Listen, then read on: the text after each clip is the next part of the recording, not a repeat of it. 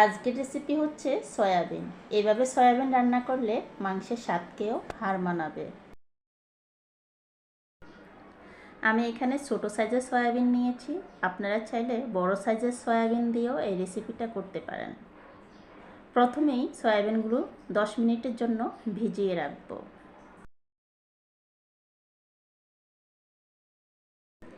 10 minute পর সয়াবিনগুলো ফুলে ঠিক এরকম হয়েছে, আর হাত দিয়ে চাপ দিলে সয়াবিনের ভিতর থেকে ফেনা বের হয়ে আসবে। এভাবে হাতে চেপে চেপে 3 থেকে 4 বার ধুয়ে সয়াবিনের ভিতর থেকে ফেনাগুলো তুলে নিয়েছি। সয়াবিনে সামান্য পরিমাণ হলুদ আর লবণ মেখে নিব। আর এখানে ছোট টুকরো করে আলু কেটে নিয়েছি, হলুদ আর লবণ মেখে রাখবো।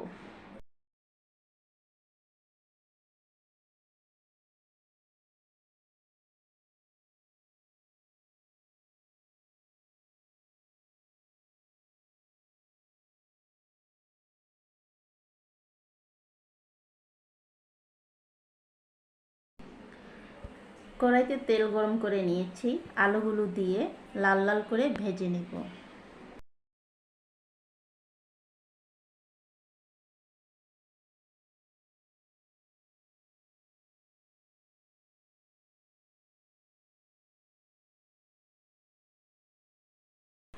আলুগুলো ভেজে তুলে নিয়েছি। এখন সয়াবিনগুলো দিয়েছি।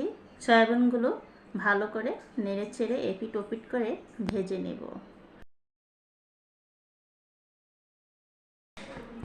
সয়াবিন ভাজার সময় কড়াইতে যে তেল দেওয়া হয় সেটা অনেকটাই টেনে নেয়। কেউ চাইলে এই পর্যায়ে এসে আরও একটু তেল অ্যাড করতে পারেন।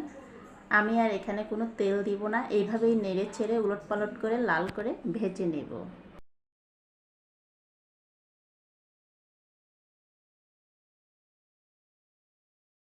সামান্য পরিমাণ গোটা জিরে ফোড়ন দিয়েছি, আর দিয়েছি 2টো তেজপাতা আর 2টো শুকনো মরিচ।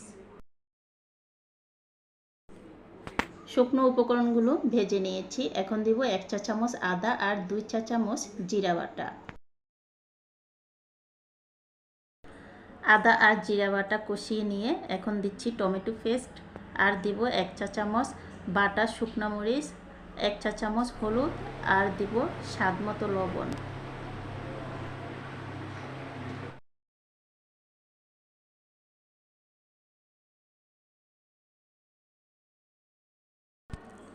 এখন সবগুলো উপকরণ বেশ কিছু সময় নিয়ে আবারও ভালো করে কষিয়ে নেব। এই মশলাটা যত ভালোভাবে কষিয়ে নিব, সয়াবিনের টেস্ট ততই ভালো হবে।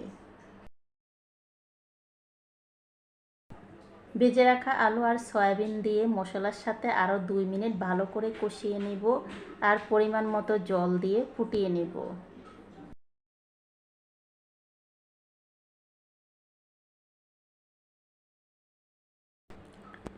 সবগুলো উপকরণ একসাথে ভালো করে সিদ্ধ হয়ে গিয়েছে। এখন দিব 1/2 চা চামচ দারচিনি, সামান্য পরিমাণ হিং, আর দিব 1 চা চামচ ঘি।